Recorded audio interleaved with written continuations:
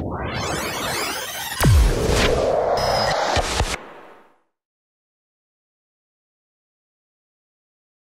grand merci à Merita et à l'équipe et aux professeurs qui ont permis que je vous rencontre ici. Et je pense en effet que nous avons une très grande responsabilité d'échanger, d'analyser ensemble et de chercher à comprendre le monde dans lequel on vit et ce qu'on nous prépare, parce que ce qu'on nous prépare n'est pas joli et il est très important qu'on soit au courant, qu'on le comprenne, qu'on soit capable de l'expliquer et de communiquer là-dessus. Pour vous montrer de quoi il s'agit, je vais commencer par partager un petit peu de ma drogue avec vous. Aïe, il se dit, zut, on n'aurait pas dû l'inviter.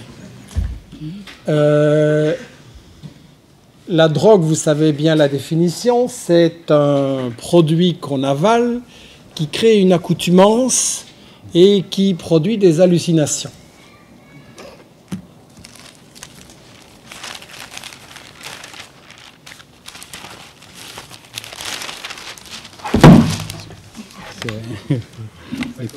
La voici donc. On va regarder dans un journal pris au hasard, il se fait que c'est celui qui me gâche mon petit déjeuner tous les matins depuis X années, donc voilà. Et on va regarder les pages internationales et on va voir ce qu'on nous dit et ce qu'on ne nous dit pas. Dans les pages internationales, vous avez Astrid, la princesse, monte au front contre la malaria. Et elle va au Cambodge, et on est dans l'humanitaire. L'élite de la Belgique qui aide les pauvres Cambodgiens à lutter contre la malaria. C'est évidemment une très belle idée. Le problème, c'est que si les Cambodgiens et les Asiatiques et les Africains n'arrivent pas à se débarrasser de la malaria, une maladie qu'on pourrait aujourd'hui facilement non seulement guérir, mais prévenir et éliminer, c'est à cause de l'élite de pays comme la Belgique, qui empêche des pays africains, par exemple, d'avoir des programmes de santé et de prévention qui permettent d'éliminer ces maladies, d'avoir une économie qui permette aux gens de se nourrir correctement, et quand on est bien nourri, on peut résister aux maladies, et d'avoir des programmes d'éducation qui permettent aussi aux gens de comprendre ce qu'il faut faire pour avoir une bonne hygiène de vie. Et si ça n'est pas possible en Afrique, c'est parce que quand les représentants de notre élite vont en Afrique, c'est pour dire diminuez vos budgets santé, diminuez vos budgets éducation, diminuez les salaires des gens, privatisez vos entreprises et remboursez votre dette, qui est une dette crapuleuse qui a été imposée à ces gens pour les obliger à nous acheter plein de trucs. Donc, s'il y a encore la malaria aujourd'hui en Afrique, ce qui ne devrait vraiment plus exister depuis longtemps, c'est à cause du 1% qui dirige la Belgique. Et la princesse Astrid n'a pas choisi la famille dans laquelle elle vit, mais si elle veut se rendre utile, c'est ça qu'elle devrait, à mon avis, expliquer, plutôt que de faire semblant d'aller aider les pauvres Africains ou Asiatiques. Bien entendu, si elle fait ça, je ne sais pas si elle sera encore interviewée dans le soir, mais c'est un choix. Un autre article au-dessus, mais on va être bref, c'est Italie, pas d'alternative à une grande coalition. Le soir, prône une coalition soi-disant droite et gauche ensemble pour faire passer l'austérité de l'Europe.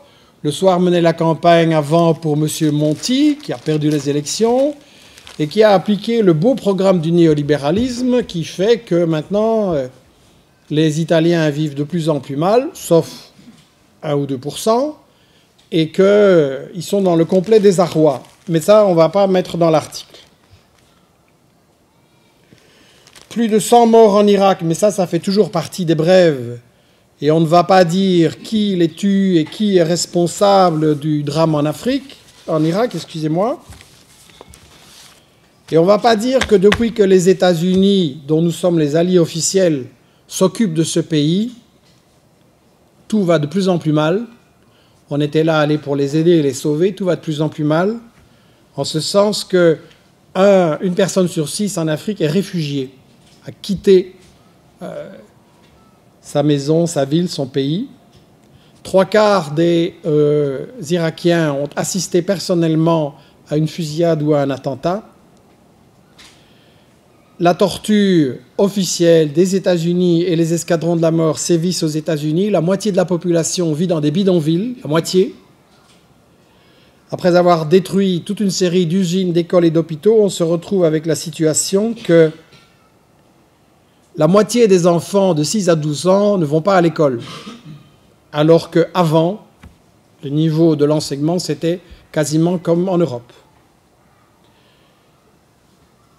On ne va pas nous dire non plus que 3 millions d'Irakiennes, de femmes irakiennes sont veuves, que seulement 8% d'entre elles touchent une pension, et que la solution qu'on propose aux autres, c'est soit la polygamie, soit la prostitution. Soi-disant les États-Unis qui allaient en Afghanistan, rappelez-vous, pour sauver les femmes afghanes. Donc, de ça, on ne parlera pas dans le soir. On va toujours présenter les États-Unis comme étant en train d'essayer d'aider les Irakiens ou de chercher la solution au problème, alors qu'ils ne sont pas la solution, ils sont le problème. Et ça ne peut pas être dans les médias. Et à la page suivante, on a notre beau ministre des Affaires étrangères qui reçoit le vice-président des États-Unis, Kerry. Et Véronique Yessel signe un article plein de blabla.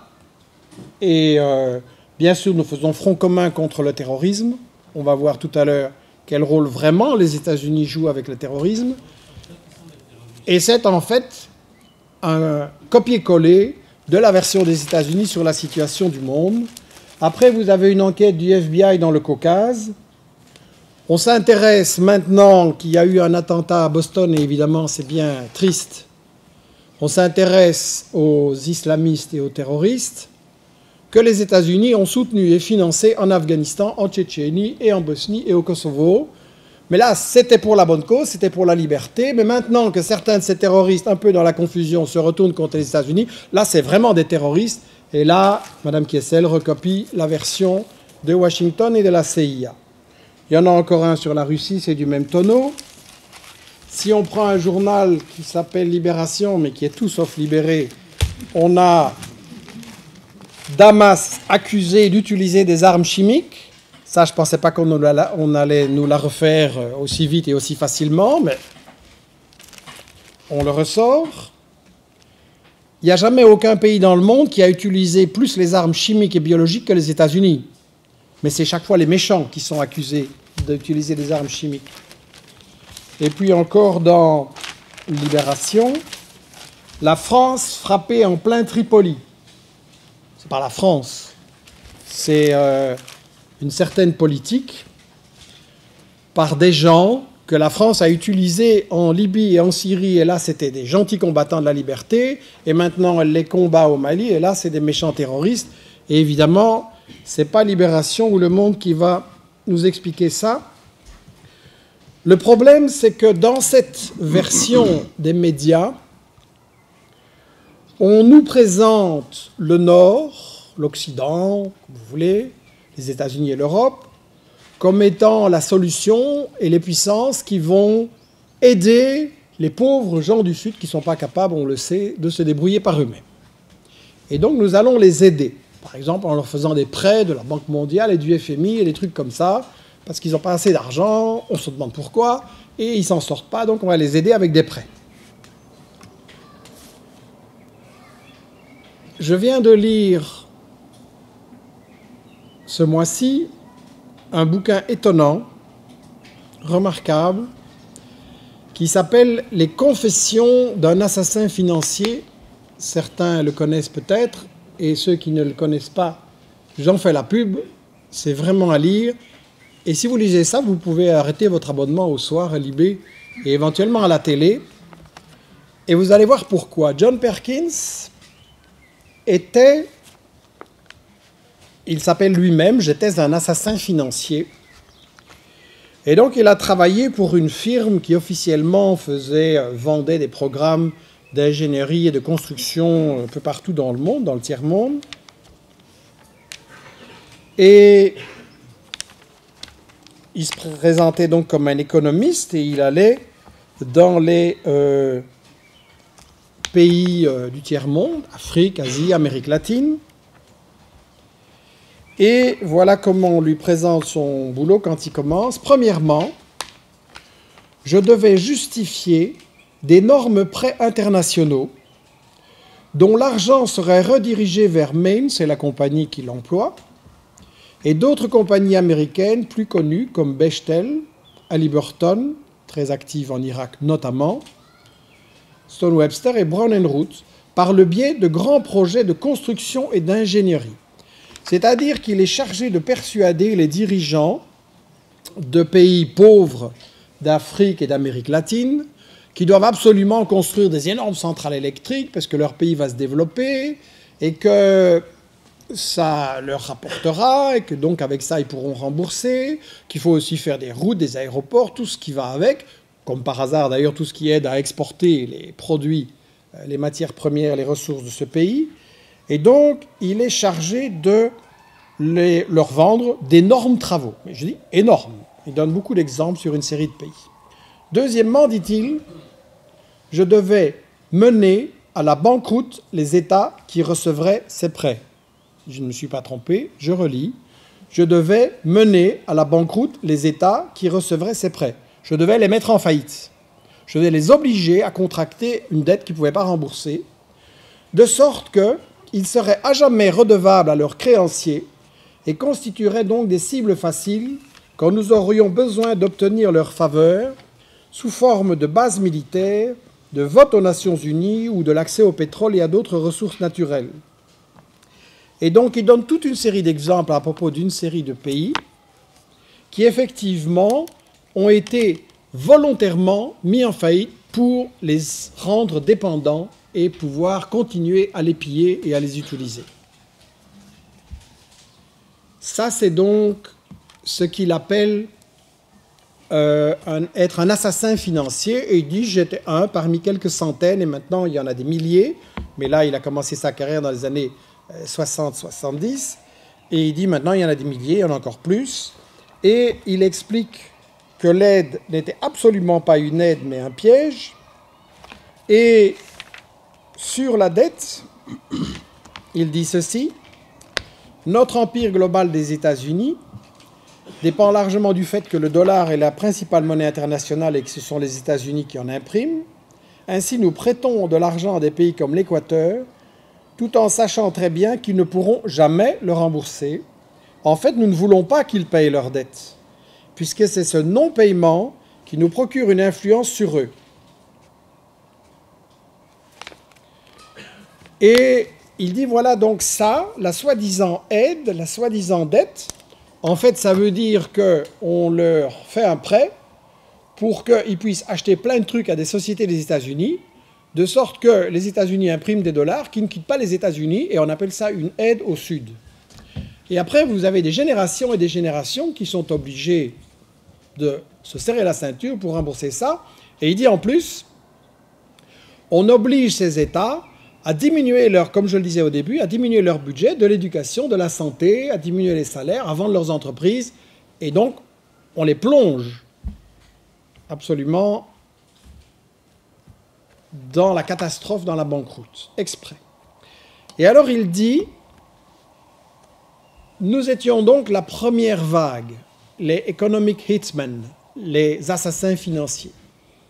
Et il dit, parfois on ne réussissait pas. Parfois on échouait, parfois on tombait sur un dirigeant honnête ou qui voulait absolument défendre ses intérêts ou quelqu'un qui préférait travailler avec une autre grande puissance. Et alors, dit-il, les deuxièmes qu'on envoyait dans ces pays, c'était ce qu'il appelle les chacals, c'est-à-dire les assassins tout court. Et donc vous avez eu dans les années 60, 70, 80, une série de dirigeants en Amérique latine, par exemple, Panama, Équateur, tout ça, qui avaient un programme très indépendant pour leur pays, qui voulaient résister aux multinationales, qui avaient des projets, et qui sont inexplicablement morts dans des accidents d'avions, d'hélicoptères, ou ceci ou cela. Et il explique que tout le monde dans sa profession sait très bien qu'ils ont été assassinés. Et il disait parfois les chacals ne réussissaient pas, et alors la troisième vague, c'est l'armée. Et donc c'est très important de voir la vision globale de la politique des États-Unis dans cette affaire-là. 1, les assassins financiers, 2, les assassins tout court, 3, l'armée. Et de bien voir la stratégie globale. En m'introduisant, on a signalé que mon tout premier bouquin, ça a été Attention médias sur la première guerre contre l'Irak. Et je suis un peu tombé des nues, je n'avais pas travaillé sur la politique internationale et le Moyen-Orient, je faisais plutôt du journalisme sur les questions sociales en Belgique. Et donc je suis tombé des nues en découvrant à quel point on nous mentait dans cette guerre en Irak.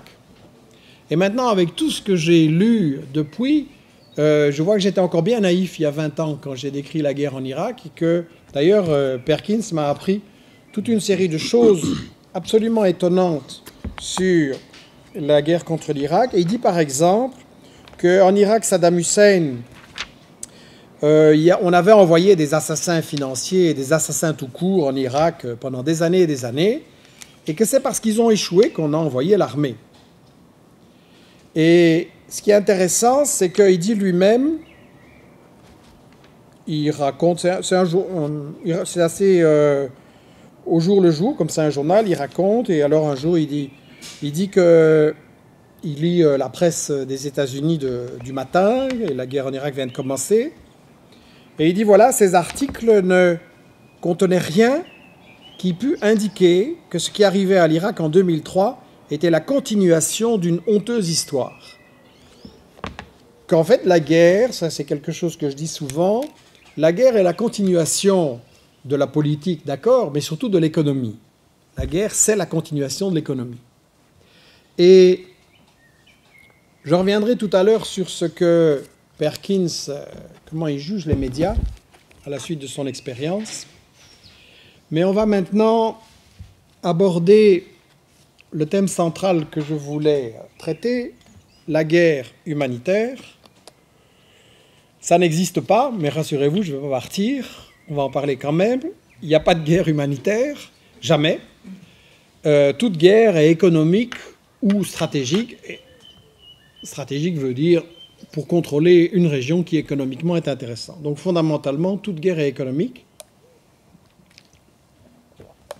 Et ce qui est important aussi quand on parle de guerre, c'est de ne pas s'en tenir à la définition classique où les États-Unis, la France ou des pays comme ça interviennent, bombardent, éventuellement débarquent, etc. La guerre classique. Il est très important de voir que tout aussi fréquentes, plus peut-être, sont les guerres indirectes.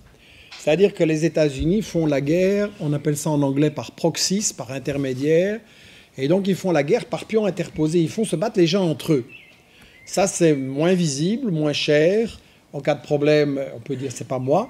Et en fait, quand on regarde l'ensemble des guerres que nous avons eues depuis 25 ans, on va dire, elles confirment qu'on est toujours dans une guerre économique, une guerre pour la recolonisation du monde, une guerre pour le contrôle des ressources, et finalement une guerre pour la domination mondiale. Alors avant de les parcourir rapidement, il y a une raison à tout ça. La raison, c'est l'économie, justement. Pourquoi ils font la guerre? On essaye de nous faire croire souvent que c'est parce que tel ou tel président des États-Unis a un caractère un peu ceci, un peu cow-boy, ou ceci ou cela. Et au moment de Bush, c'était vraiment ça la chanson. La guerre, c'est à cause de Bush. Puis arrive un suivant, plus calme, beaucoup plus habile dans ses discours, et encore plus de guerre qu'avant. Donc, il faudrait nous dire. Et en fait, ça n'a rien à voir avec le caractère d'un président.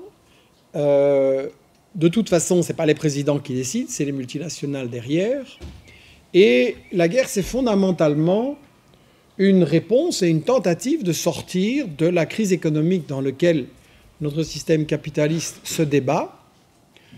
Non pas depuis 73 et la crise pétrolière, comme on l'a dit, mais en fait depuis 65. Parce que quand j'étais jeune, on nous disait tout va bien, le capitalisme se développe, les ouvriers vont pouvoir acheter une voiture, une maison, un frigo, partir en vacances, tout va bien. Le capitalisme, c'est vraiment le meilleur système possible. Et puis ce qui s'est passé, c'est qu'à partir de 65, et encore plus à partir de 70, le taux de profit moyen des entreprises a baissé. Ils ont eu de plus en plus de mal à trouver des débouchés. La concurrence est devenue plus forte. Et donc, il y a eu un ralentissement de l'économie. Vous pouvez voir les taux de profit, les taux d'emploi qui commencent à chuter. Et comment est-ce qu'on s'en sort? On s'en sort en allant dans le tiers-monde. Et les capitaux que les multinationales des États-Unis ou d'Europe n'arrivaient plus à investir de façon utile ici, ils les ont investis dans le tiers-monde. Et c'est là qu'a commencé le problème de la dette. C'est qu'ils les ont investis en allant persuader des gouvernements, des présidents du tiers-monde de leur acheter plein de trucs. Comme ça, on faisait encore tourner les usines. Et ils n'avaient pas de quoi acheter, tout le monde le savait, ça fait rien, on vous prête. Et au début, on vous prête à 4%, ça va, c'est remboursable. Puis tout d'un coup, les taux passent à 16 ou 17%. Et là, c'est la faillite. Donc Perkins explique que c'était une faillite voulue, une faillite programmée. Bien. Donc pendant un certain temps, on reporte la crise des pays du Nord sur les pays du Sud, mais je ne vais pas détailler pourquoi, au bout d'un certain temps, ça ne marche plus. Et donc, en fait, on se retrouve avec une crise économique qui dure là depuis 40 ans et dont le système s'en sort par la guerre.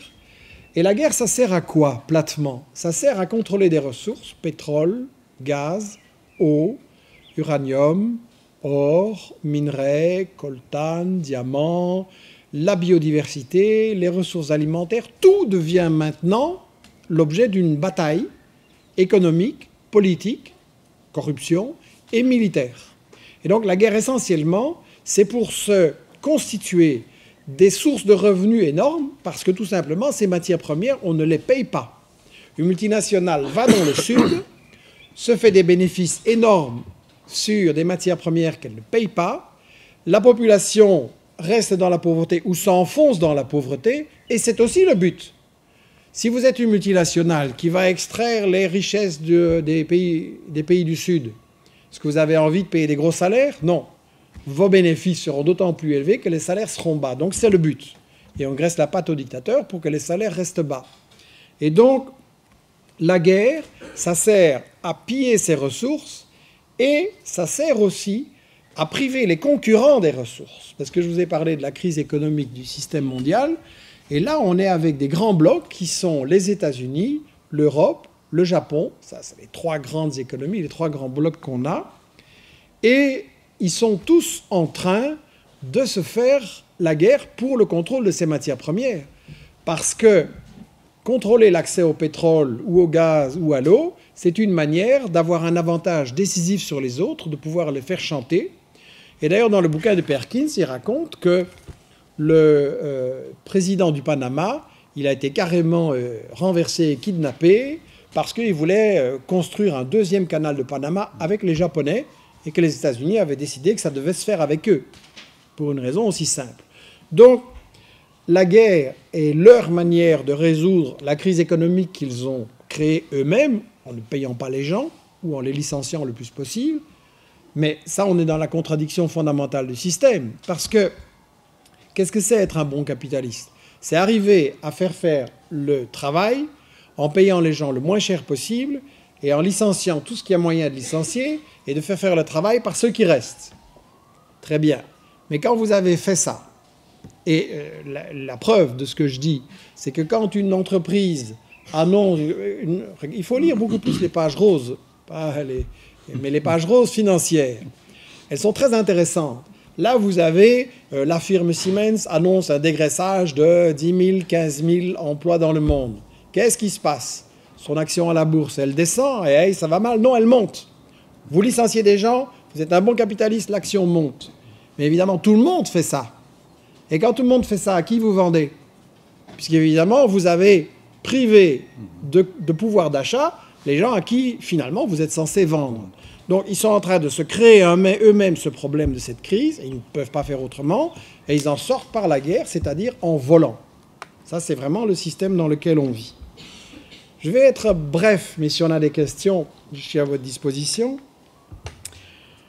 je disais que chaque guerre depuis 25 ans, elle obéit à cette définition que j'ai donnée et à la définition de John Perkins.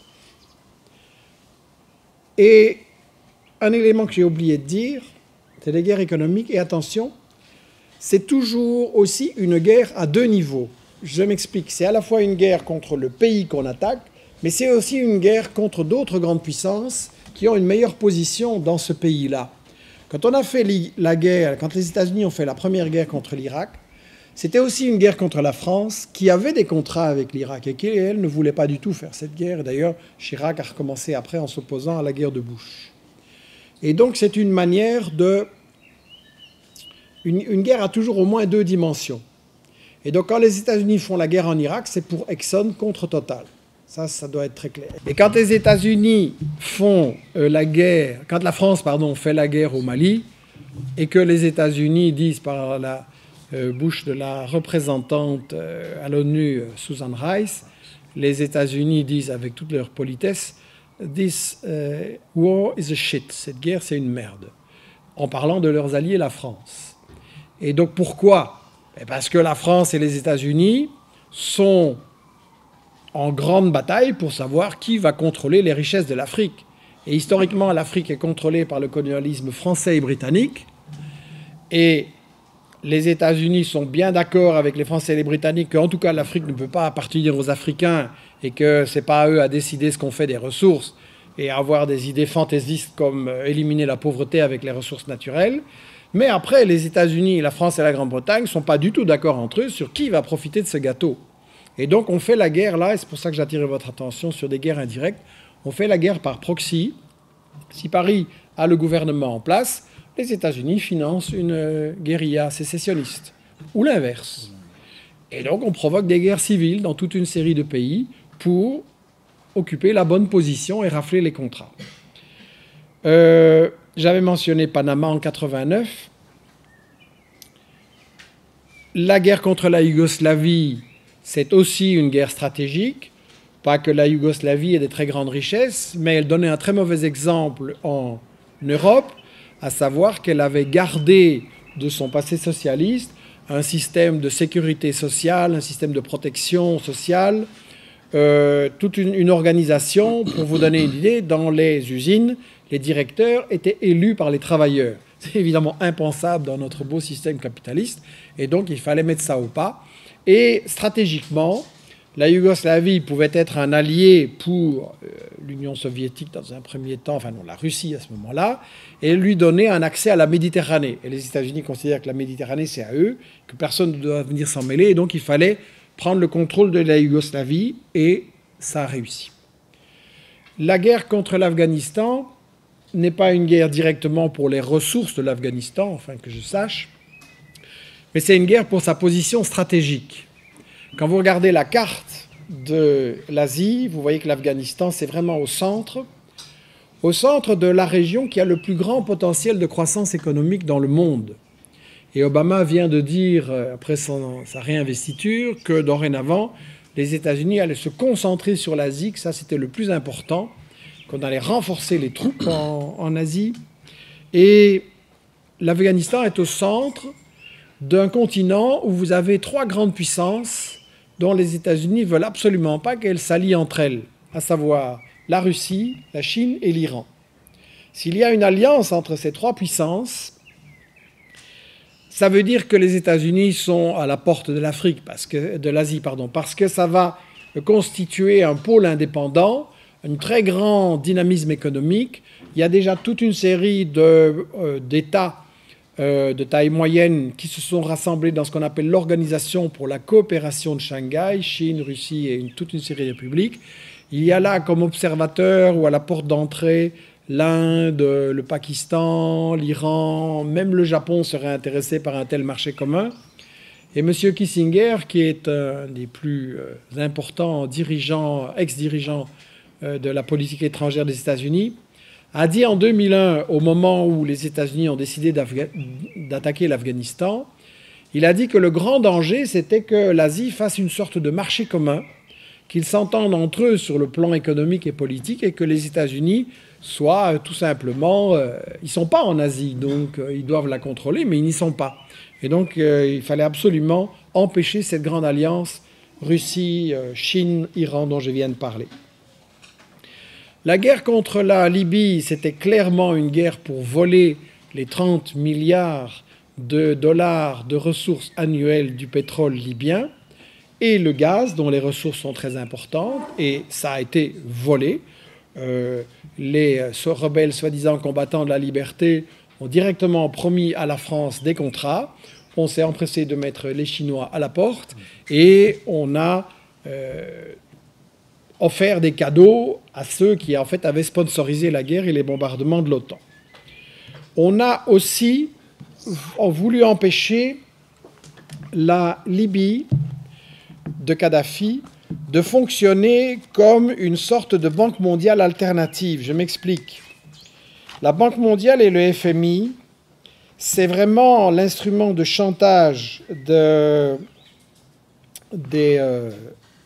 États-Unis et de l'Europe pour empêcher les pays africains de s'émanciper, c'est-à-dire que s'ils veulent avoir des crédits pour s'en sortir des problèmes dans lesquels on les a plongés, ils sont soumis au chantage de la Banque mondiale et du FMI. Et donc, qu'est-ce qu'il a fait Kadhafi avec l'argent de son pétrole? Il a dit 2 ou 3 fois à des pays africains, ben moi, je vais vous financer ça. Et hop, quelques centaines de millions de dollars pour tel ou tel projet. Évidemment, les États-Unis et l'Europe étaient absolument furieux. Et dans ce livre, j'ai cité des exemples de cette chose-là. Ils ont financé des rizières, ils ont financé des installations pour la transformation du café. Parce que, prenons le café, c'est un très bon exemple. Le café est évidemment produit en Afrique essentiellement, en Amérique latine. Mais en Afrique, vous avez des gros producteurs d'Afrique, de café. Qui fait le gros du profit sur le café qu'on vous vend dans les supermarchés? Ce n'est pas les pays africains en question. Jean Ziegler a montré ça dans ses bouquins. Il voit à peine 10% du prix que vous payez. Et donc tout ça, c'est les intermédiaires qui sont en fait 4 grosses boîtes qui contrôlent l'ensemble du café au niveau mondial, qui sont toutes des multinationales du Nord et qui gagnent tout. Et Kadhafi, un beau jour, il a dit, ben moi je vais vous faire un prêt, un don, pour que vous puissiez faire la torréfaction, l'emballage, le packaging, et comme ça vous allez gagner plus. Évidemment, les multinationales occidentales étaient furieuses. Et voilà le vrai crime de Kadhafi, qui n'était pas un ange. Mais ce n'est pas le problème, parce que si on s'attaque à des dirigeants qui ne sont pas des anges, les États-Unis ont du travail, ils doivent renverser en Arabie Saoudite, au Qatar, aux Émirats, et tous les dictateurs qu'ils ont installés en Afrique et ailleurs. Et qui sont encore en train maintenant d'installer en renversant des gouvernements élus et en les remplaçant par des dictateurs. Donc, vous voyez, ce n'est pas le problème dictature ou de démocratie, c'est le problème qui va voler les ressources naturelles. La guerre sur la Libye, c'était donc ça. La guerre contre la Syrie, c'est évidemment pour protéger Israël, qui est le flic du pétrole, le flic du Moyen-Orient, au service des États-Unis et de l'Europe, qui finance l'armée d'Israël pour attaquer les Palestiniens. Ça doit être dit clairement. Nous avons des ministres qui font semblant de verser des larmes de crocodile, qu'il faudrait quand même qu'Israël soit plus raisonnable et qu'on arrive à une solution et que le Dieu fasse des efforts et blablabla. Ce sont des larmes de crocodile, ce sont des hypocrites, comme il a été très bien montré dans le livre de David Cronin, que je vous recommande. L'Europe finance et arme Israël pour bombarder les Palestiniens et détruire des écoles, des hôpitaux, les envoyer en prison sans procès et leur rendre la vie impossible. Okay? Donc ça doit être dit clairement. C'est pas ça qui va me faire inviter plus dans le soir et dans la RTBF et RTL, mais la vérité a ses droits. La Syrie, donc, il faut l'empêcher de contester Israël et surtout, je vous ai parlé d'Iran il y a 2 minutes, tout ce qui se passe là, au Moyen-Orient depuis quelques années, c'est la préparation de l'attaque contre l'Iran. L'Iran, c'est un grand morceau. C'est une population qui a vécu une dictature militaire épouvantable avec le Shah d'Iran. Il faut rappeler que nous, les Occidentaux, qui adorons la démocratie et blablabla, qu'est-ce que nous avons fait quand il y avait un Premier ministre élu en Iran? Nous l'avons renversé avec un coup d'État, nous, les services secrets britanniques et de la CIA, avec l'appui, vous pouvez aller relire ce que Le Soir, Le Monde et compagnie écrivaient à l'époque, avec l'appui de tous les pays occidentaux, nous l'avons renversé et nous l'avons remplacé par le Shah d'Iran, un des dictateurs les plus sanglants de ces 50 dernières années, avec une police politique, la SAVAK, qui torturait, qui a fait 30 000 victimes. Et pendant ce temps-là, vous avez dans Paris Match et dans le Soir Magazine et dans ce genre de trucs, j'ai l'âge de m'en souvenir, des jolis reportages où on voyait le Shah d'Iran avec sa belle jeune femme moderne et bien habillée et tout. Et ça, c'était vraiment les souverains progressistes. Et donc, on faisait l'apologie de tortionnaires qui avaient du sang sur les mains dans le Soir, dans Le Monde, à la RTBF et partout. Ça doit être dit clairement aussi. Et donc, pourquoi je parle de l'Iran? Parce que on ne peut pas, les Iraniens, du coup, avec tout ce qu'on leur a fait, ils savent très bien qui sont les États-Unis, ils n'en veulent pas. Donc il faut d'abord les isoler. Pour les isoler, il faut détruire la résistance palestinienne, il faut détruire la résistance du Hezbollah au Liban, il faut détruire la Syrie, et à ce moment-là, on pourra s'en prendre à l'Iran d'une manière ou d'une autre. C'est donc très très important, quand on voit dans les médias qu'on montre le doigt sur un problème avec « Ah, les Palestiniens, ils font ceci », ou « Bachar, il fait ça », ou « le Hezbollah, il fait ça ». C'est très important de ne pas suivre le doigt, mais de faire le zoom arrière et de regarder l'ensemble du tableau. Ils veulent quoi? Ils veulent attaquer qui? Et ça va se passer comment? On a la recette. C'est mis dans Perkins, c'est mis dans une série de bouquins. On a la recette. C'est pas mis dans Le Soir et compagnie, mais c'est justement pour ça qu'il faut tourner la page et lire ce qui vraiment nous informe et pas des hallucinations. Donc la Syrie, c'est... Je dis pas que Bachar est un ange. C'est pas ça la question. Mais la question, c'est pourquoi on l'attaque et par qui on veut le remplacer. Si on veut le remplacer par ceux qu'on a mis au pouvoir en Libye, je ne suis pas sûr que le peuple syrien il va s'en porter mieux après. La guerre au Mali, c'est clairement parce que...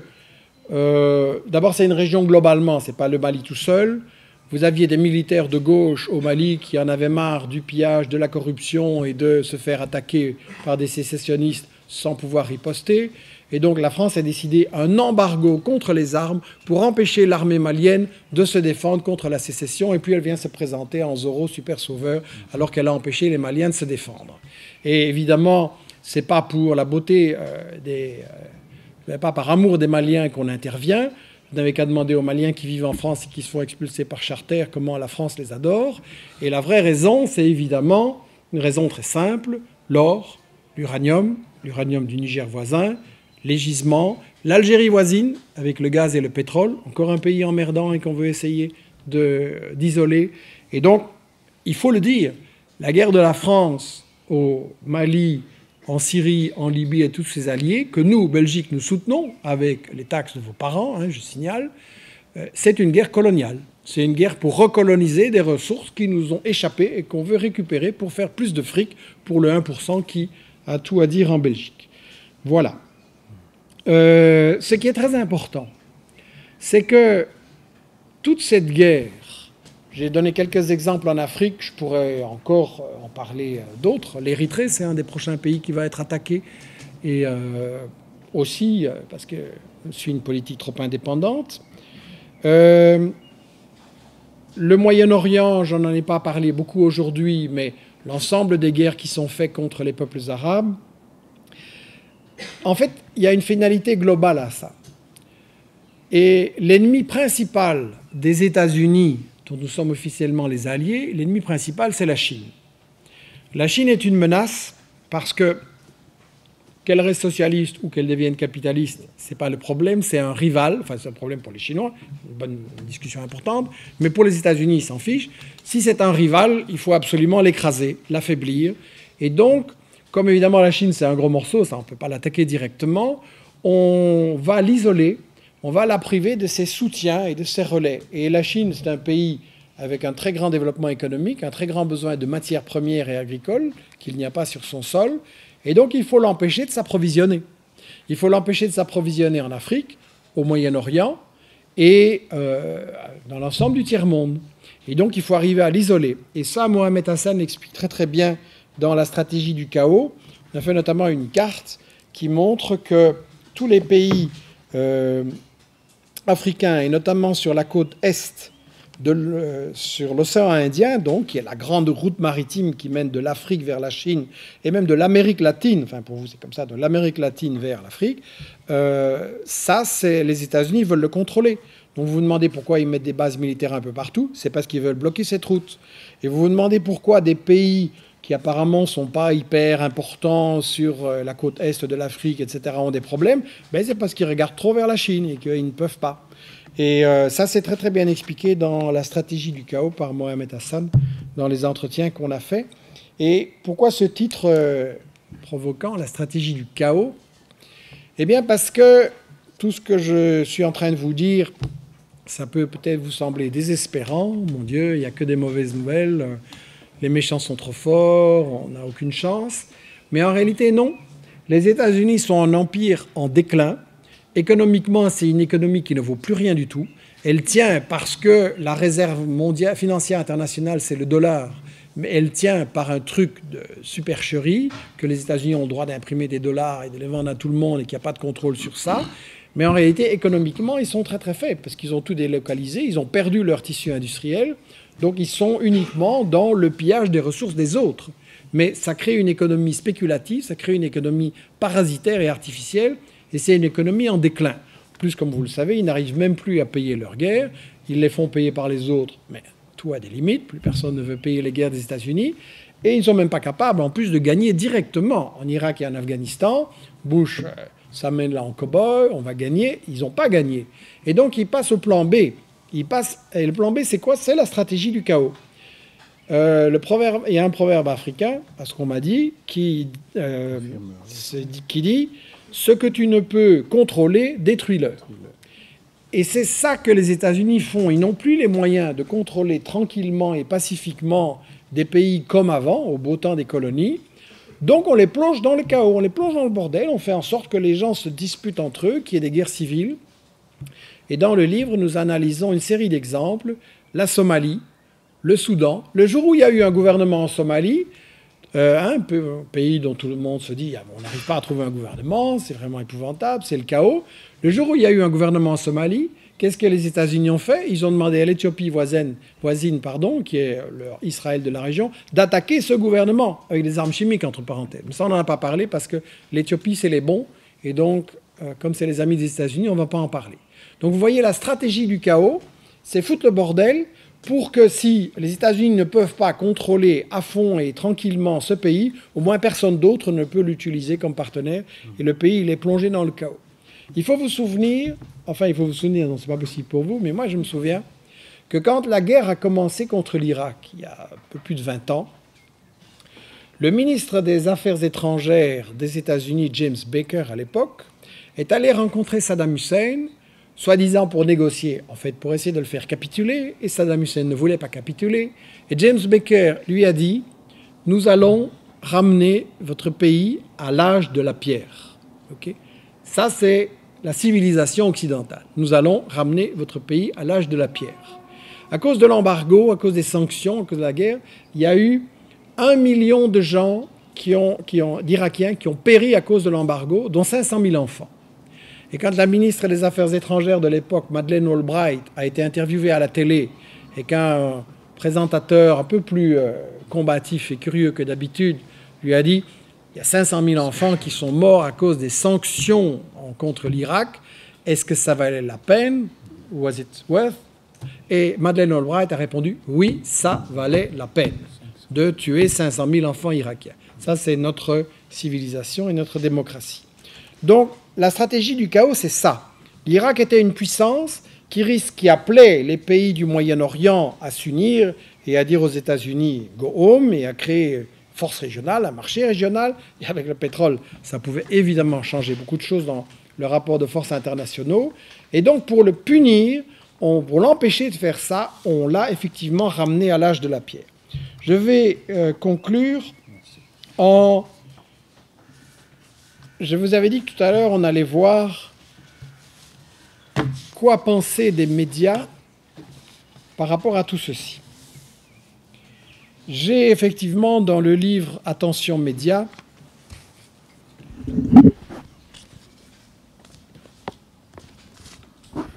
j'ai abordé la question du système du fonctionnement des médias et mais seulement comme je suis un complotiste, un conspirationniste et voilà, plein de fantasmes, Je ne suis pas crédible, donc on va plutôt voir ce que John Perkins, qui est un homme très bien élevé, qui a travaillé donc pour la CIA et pour les meilleures firmes des États-Unis, on va voir ce qu'il il explique des médias.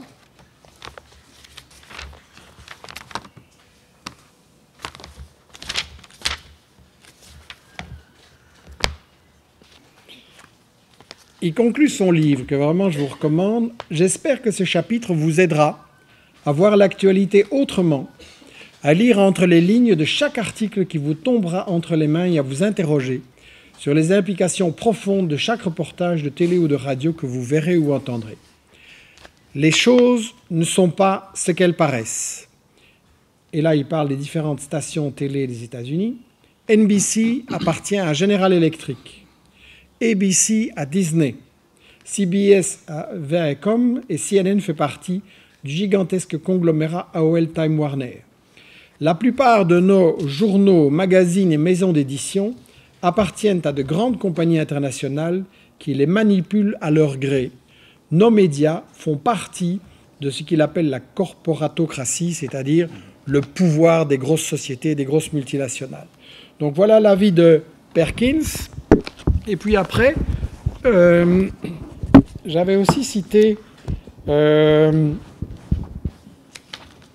dans Les 7 péchés d'Hugo Chavez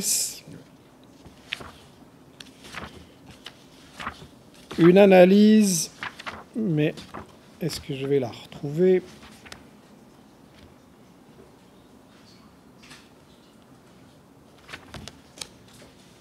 Non, c'est pas mon exemplaire que j'ai oublié de prendre. Et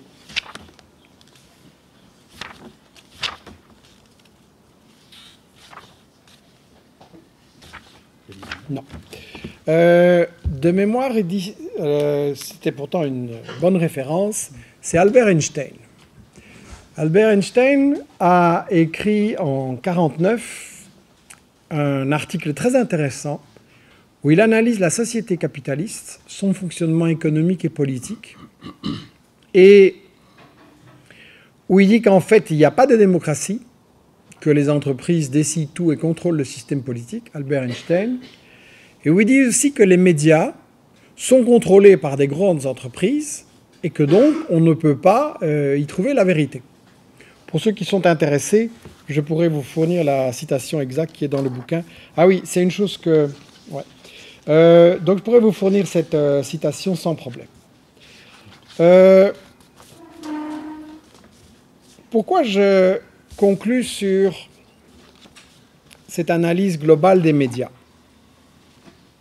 J'insiste que j'ai parlé des médias, je n'ai pas parlé des journalistes. Il y a des journalistes qui ne sont pas contents avec la situation que j'ai décrite, qui se rendent compte de ça, qui font ce qu'ils peuvent. Mais globalement, le problème, c'est que ce n'est pas les journalistes qui décident, mais leurs patrons, les patrons des médias, et c'est là qu'est le problème. Et là, j'insiste et je termine par ce point, parce que là, on va parler de vous. C'est là que vous entrez en scène et que vous avez une responsabilité énorme. Si les médias ne parlent pas des choses importantes comme les assassins financiers, les assassins tout court et les raisons des guerres, si au lieu de ça, on nous raconte des histoires sur tel dictateur, sur les armes chimiques et blablabla, il y a une raison. C'est que les médias et les multinationales qui, grosso modo, contrôlent les médias ou les sources des médias, n'ont évidemment pas intérêt à ce que les simples gens soient au courant de pourquoi on fait la guerre. Hein ? Si on vient dire à vos parents, et bientôt à vous en tant que futurs contribuables, viens, donne-moi tes taxes, je vais aller bombarder des écoles et des hôpitaux avec, vous allez dire non. Et donc, il est interdit que vous sachiez pourquoi on fait la guerre et que vous sachiez aussi qu'est-ce qui se passe vraiment dans la guerre et qu'on vous montre les vraies victimes. C'est quand même ahurissant qu'on a eu des pages et des pages et des pages sur l'attentat de Boston, et c'est évidemment très malheureux. Mais ça se passe tous les jours, ça, en Irak et en Afghanistan. Et c'est des gens qui n'ont pas de visage, qui n'ont pas de nom, dont on ne va pas parler, on va dire c'est une fatalité, c'est les sauvages, c'est les talibans. Non, c'est les États-Unis, c'est le résultat des États-Unis, ça se passe tous les jours. Sans parler des morts de la faim.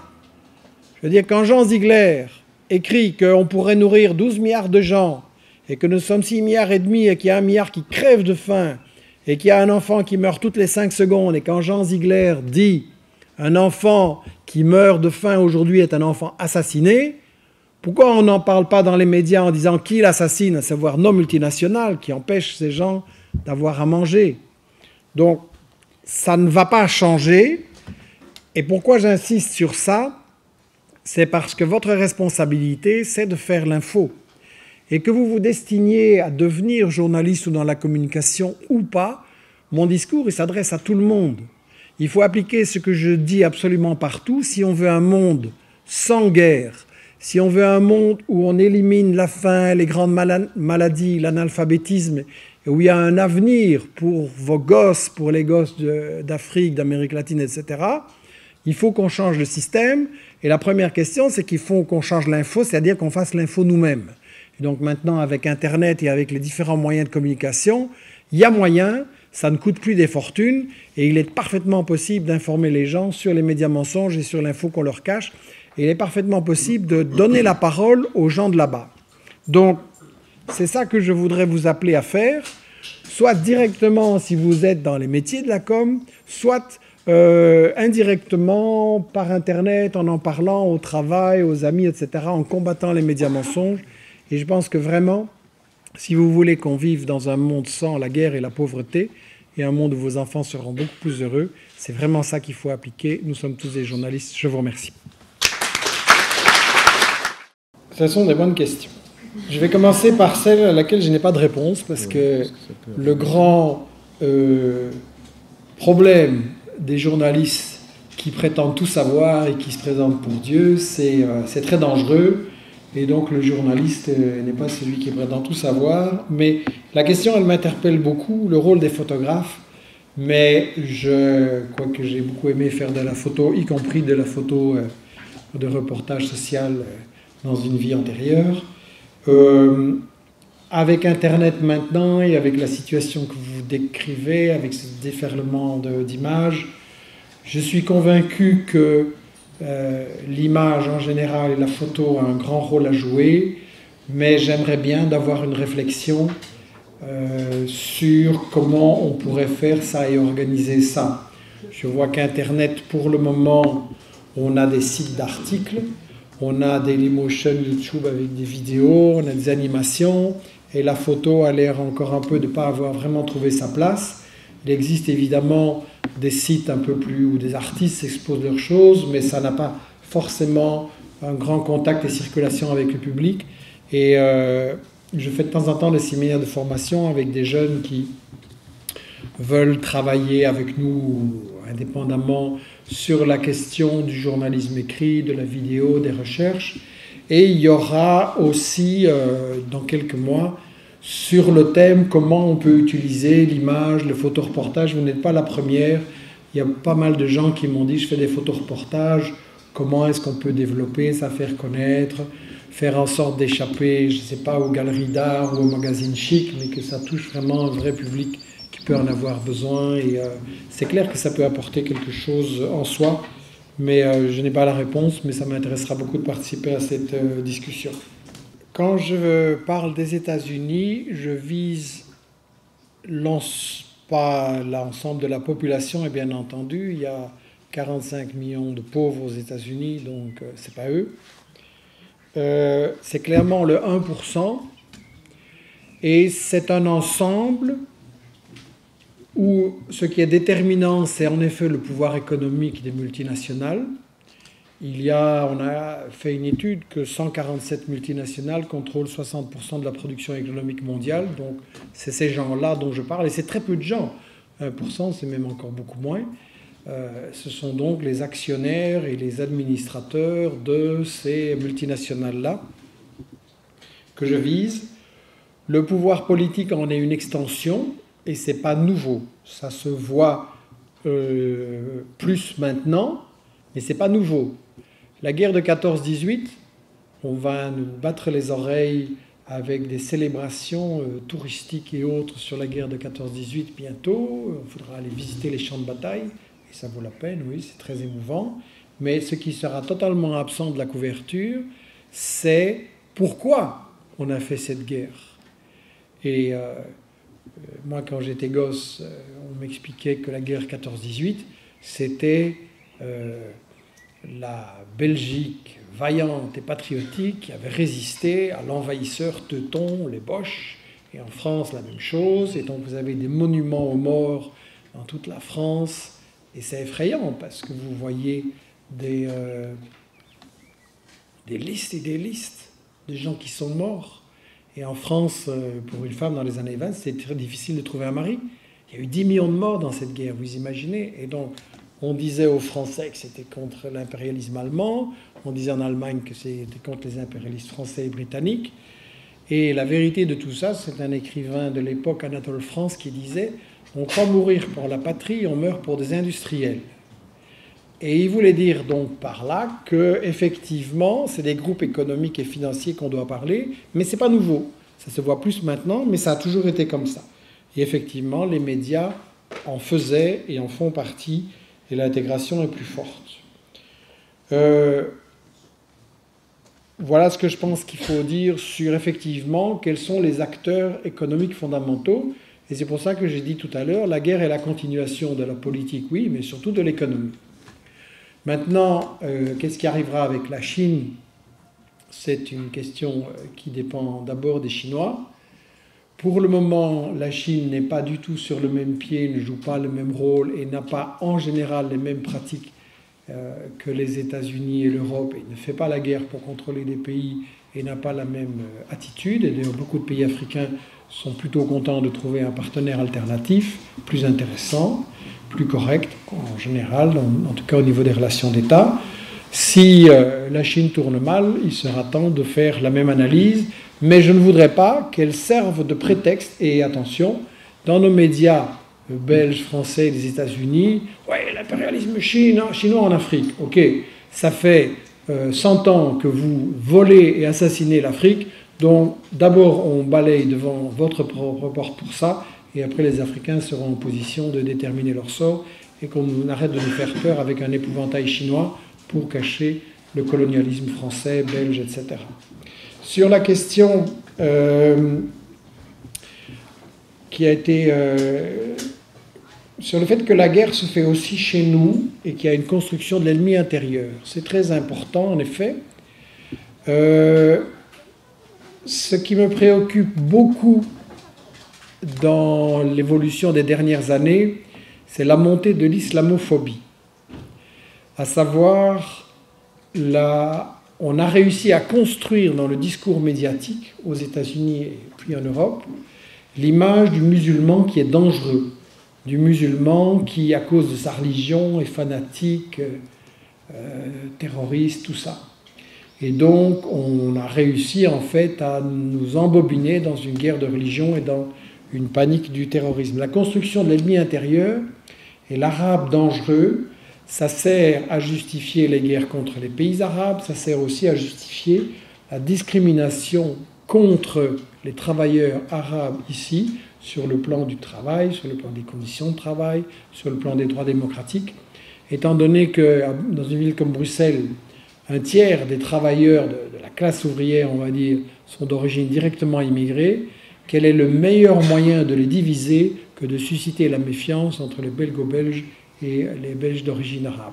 Et donc là, l'islamophobie et tout ce racisme, ou le discours sur l'Africain bien entendu, mais pour le moment c'est vraiment l'islamophobie, en plus elle permet de toucher les deux. Ça c'est très très important, la construction de l'ennemi intérieur. Et effectivement, ça renvoie au fait que la guerre se mène aussi chez nous. Je vous ai fait une analyse sur l'international, c'est un peu ma spécialité, mais vous pouvez, je pense que ce serait important, faire la même analyse sur les conflits sociaux en Belgique, en France et en Europe en général. La manière dont l'Europe vole, les gens volent le travail, volent les 99% pour créer des profits plus importants au 1%. La manière dont les éditos du soir, par exemple, n'arrête pas de dire que la Belgique a un problème de compétitivité, que les salaires sont trop élevés, qu'il va falloir faire un effort sur l'index, qu'on ne peut pas payer tout ça. C'est des éditos du néolibéralisme, et le seul problème que la Belgique a, c'est pas que les salaires sont trop élevés, demandez aux gens qui ont tellement de mal à finir le mois, le seul problème c'est qu'on se fait voler par le 1% qui ne paye pas d'impôts. Et ça, c'est une fois de temps en temps dans les pages de Tribune Libre, mais c'est jamais dans l'info de base et dans nos journaux télévisés. Donc tout ce que je vous ai expliqué là, sur l'international, faites-le s'il vous plaît sur la situation sociale en Belgique, en France, en Europe. La première question portait sur l'Internet libre peut-il révolutionner la bataille, ce que moi j'appelle en tout cas la bataille de l'info? La réponse est clairement oui, et il a déjà commencé à le faire. Il y a 20 ans, quand j'ai commencé, comme on l'a dit, à écrire des livres, les gens qui venaient aux conférences me disaient « c'est bien ton bouquin, mais enfin il arrive 1 an après la guerre, c'est un peu triste ». Et voilà, faire un livre c'est comme ça. Si vous faites un film, un docu, c'est aussi un long délai. Donc les choses ont vraiment été révolutionnées pour moi à partir de 98, 99, 2000, où j'ai commencé à utiliser systématiquement l'Internet. Ça a permis plusieurs choses. Un, de diffuser en temps réel des infos. Le jour même où on bombardait la Yougoslavie, je montrais des médias mensonges dans des newsletters. À l'époque, on n'avait pas encore le site, mais dans des newsletters. Et puis les gens traduisaient ça, c'est diffusé. Et j'ai retrouvé des articles traduits dans 115 langues par des gens que je ne connaissais pas, et ça circulait. Donc oui, c'est une arme formidable. Avec un site, avec maintenant tout ce qu'on fait, les créations de vidéos, de montage, d'animation, il y a des trucs extraordinaires qui se font. Et je pense que là, on a énormément besoin de ça. Comment est-ce qu'on va faire en sorte que les gens comprennent cette information? Je ne me fais pas trop de soucis. Je pense que ça dépend de notre travail. Et je pense qu'en diffusant des choses et en les appelant à agir, et d'ailleurs c'est ce que je vais faire. On a dit que donc j'animais le site Investigation.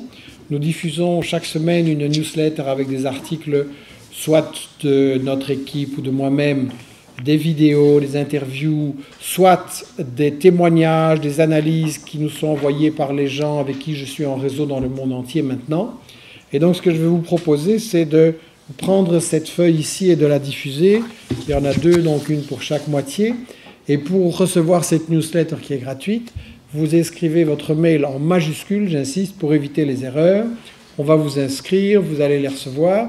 Et ça fonctionne dans les deux sens. Vous pouvez recevoir nos infos, les utiliser dans les discussions autour de vous. Donc avoir régulièrement de la matière concrète, parce que chacun ne peut pas connaître tous les pays, toutes les situations. Donc on a besoin d'avoir de la matière concrète pour pouvoir discuter autour de soi.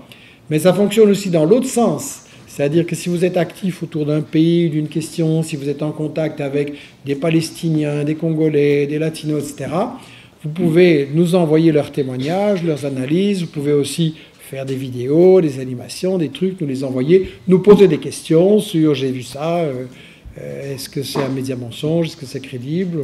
On essaye de faire un truc vraiment interactif et de répondre le plus possible aux gens, et on vous proposera de faire des choses et de donner des coups de main.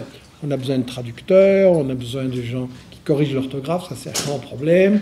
On a besoin de gens qui établissent des contacts pour chercher de la documentation. J'ai des bouquins en préparation, on cherche des gens pour faire des recherches et des dossiers.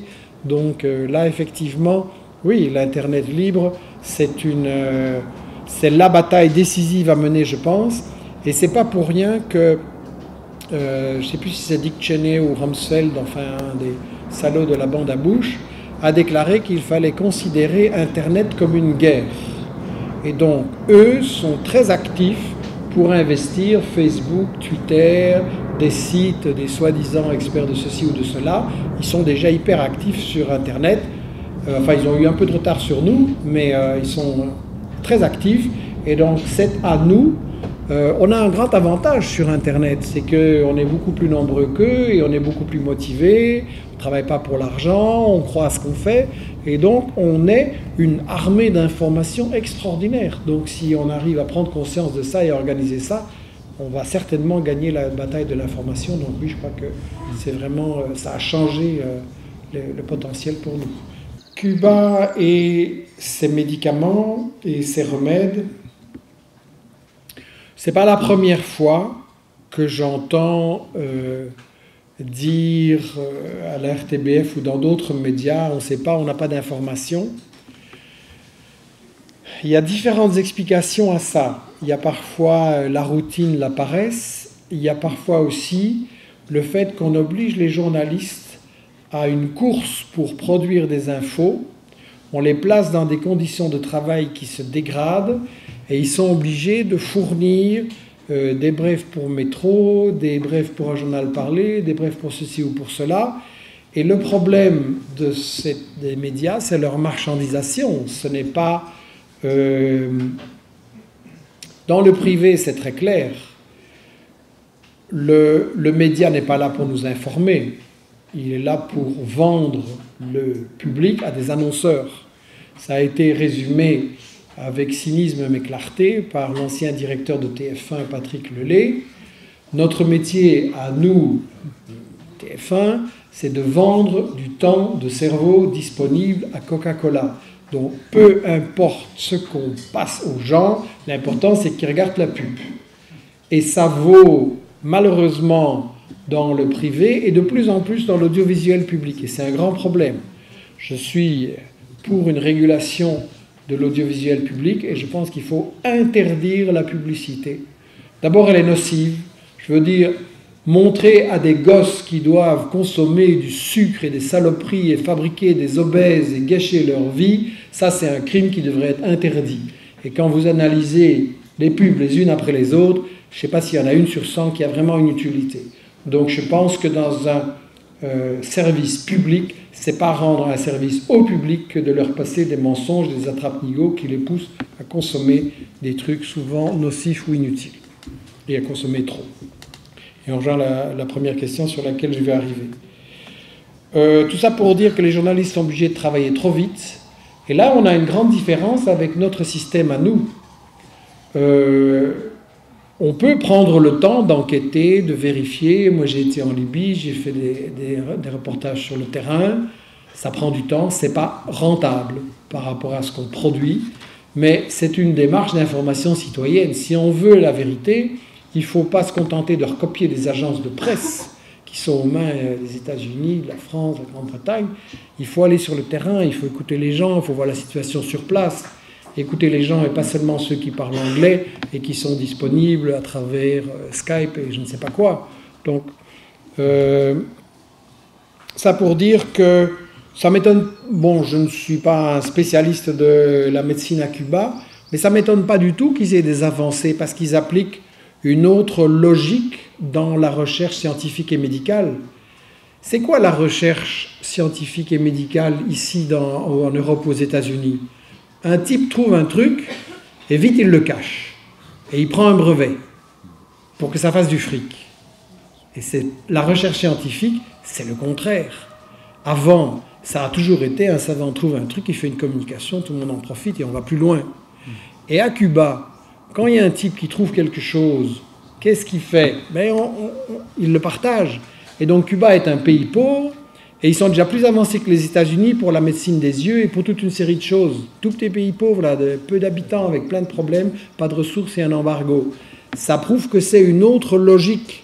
Et donc ça ne m'étonne pas du tout, je ne peux pas vérifier cette info-là, mais ça ne m'étonne pas du tout.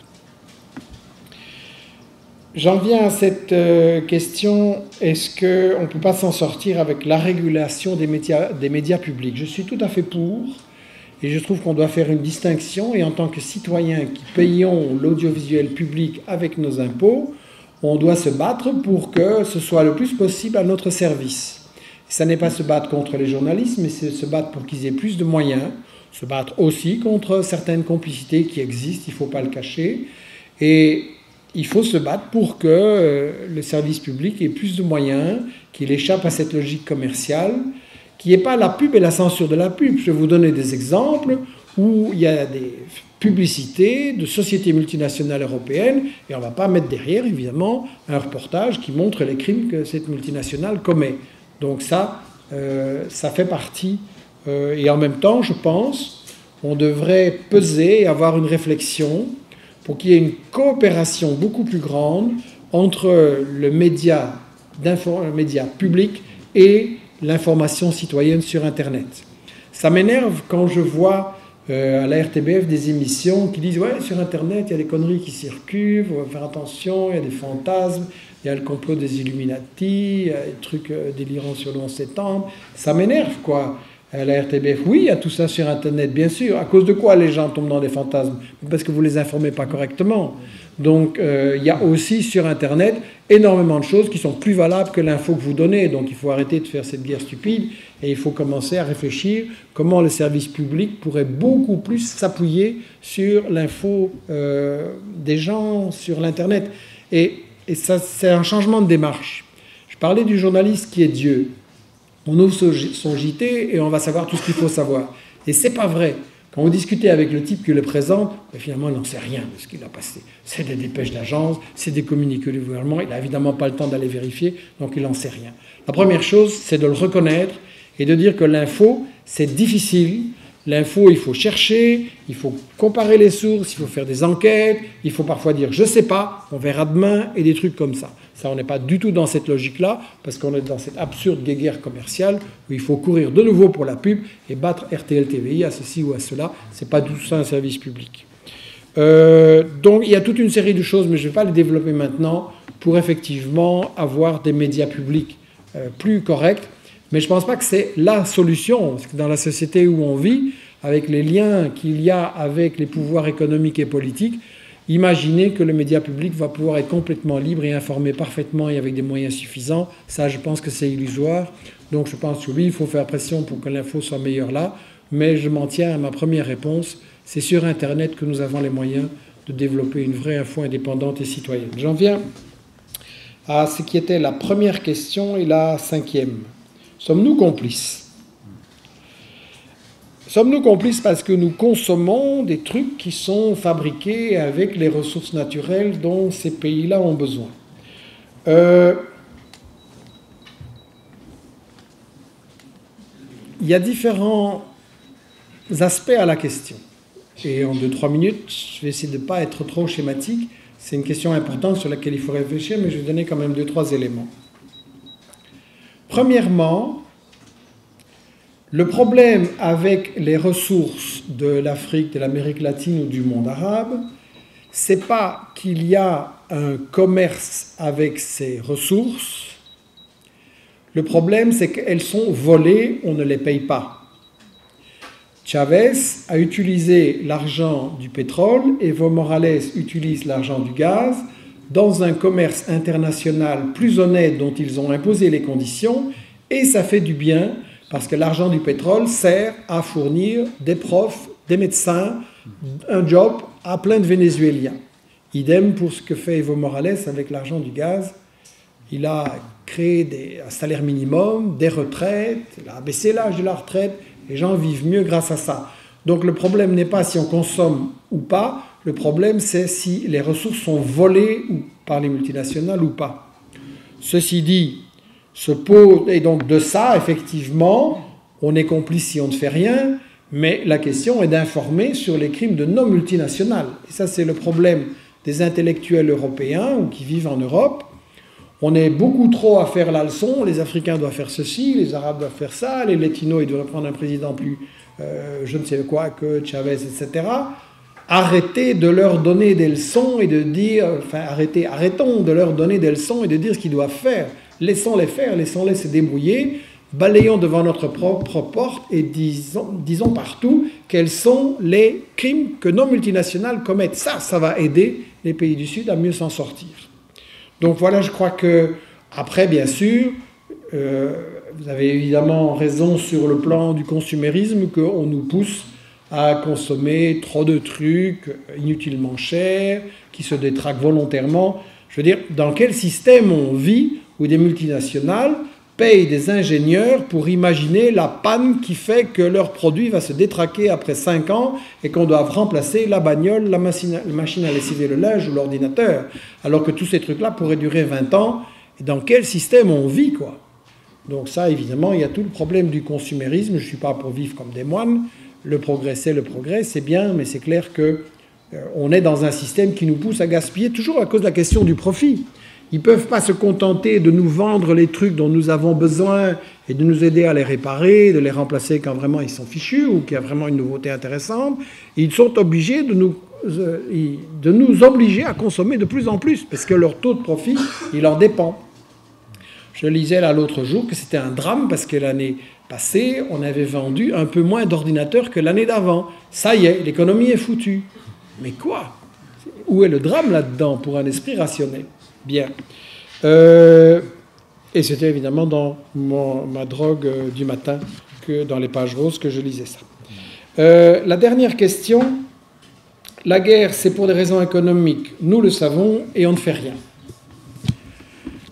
C'est intéressant parce qu'avec notre petite équipe, on a fait ce qu'on appelle des vidéos-trottoirs. On va dans la rue et on interroge les gens avec toujours les mêmes questions et on pose les mêmes questions à tout le monde pour avoir vraiment un peu le thermomètre et donc on n'essaie pas d'influencer. Et c'est arrivé plusieurs fois qu'on fasse des vidéos-trottoirs sur telle ou telle guerre, qu'est-ce que les gens savent, etc. Alors c'est fascinant. Parce que vous avez évidemment différentes catégories de public, différents types de réponses, mais on retrouve des constantes. Et alors c'est très fascinant. À la première question, peut-on faire confiance aux médias? Non. Ça c'est vraiment devenu une tarte à la crème. Je me méfie des médias, de la télévision, etc. Après on pose des questions sur une telle ou telle guerre précise, ou sur Israël, ou sur ceci ou sur cela. Et on voit que les gens qui ont dit qu'il ne faut pas faire confiance aux médias répètent ce qu'ils ont vu à la télé et tombent dans le panneau. Donc, ça montre que nous devons analyser pourquoi et comment ils tombent dans le panneau. Et après, on a aussi souvent... Alors c'est intéressant parce que nous les piégeons un peu, les gens, et nous nous arrangeons pour leur poser des questions, où dans la question, dans la deuxième partie, on leur amène des infos qu'ils n'ont pas eues et qui, en fait, flanquent par terre ce qu'ils pensaient au début. Et alors, c'est intéressant parce que vous voyez dans leurs yeux qu'ils sont en train de réfléchir. Ah oui, ça, je ne savais pas. Ah oui, mais ça change tout. Et donc, on voit bien, et les réponses qu'ils donnent à la fin ne sont pas les mêmes qu'au début. Et c'est intéressant parce que je crois que ça montre que les gens, ils sont perdus par rapport aux médias. Ils se méfient, mais ils ne savent pas quoi faire. Et ils sont découragés. Et donc, je crois que c'est très important. Moi, je vous encourage à faire le même genre de choses, à faire des enquêtes, à discuter avec les gens autour de vous, à voir sans essayer de trop influencer comment les gens y croient encore aux médias, ils n'y croient pas, pourquoi ils y croient qu'il n'y a rien moyen de faire.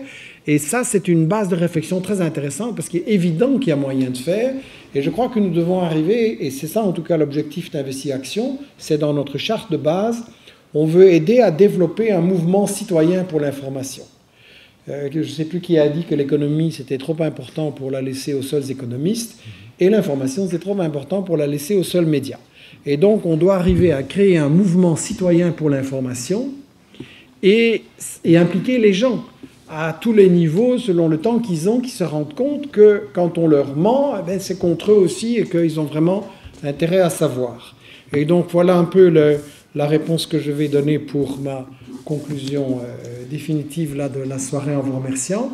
Je pense vraiment que l'information, c'est fondamental. Les guerres sont basées sur l'ignorance. La politique des multinationales qui maintient la pauvreté et le pillage des ressources est basée sur l'ignorance. Si les gens savaient, ça s'arrêterait. Et donc vraiment, on a cette responsabilité énorme d'organiser nous-mêmes l'information là où nous sommes, de nous former. Donc faites bien vos études, bossez à fond, apprenez des trucs, échangez, et puis surtout, allez dans la vraie vie et apprenez sur le terrain avec les gens, allez dans des pays, allez en Palestine, allez au Congo, allez voir la merde dans laquelle les gens vivent, allez voir les souffrances, écoutez-les. Alors, on doit beaucoup se méfier de donner la leçon, écoutez-les, vous allez apprendre énormément, et si vous pouvez alors exprimer tout ça, traduire tout ça, et j'insiste d'une façon simple, compréhensible pour l'ouvrier, pour la ménagère, pour le lycéen qui ira jamais à l'UNIF, si vous arrivez à expliquer tout ça, vous allez vraiment aider à mener la bataille contre l'ignorance et pour un monde meilleur. Je vous remercie.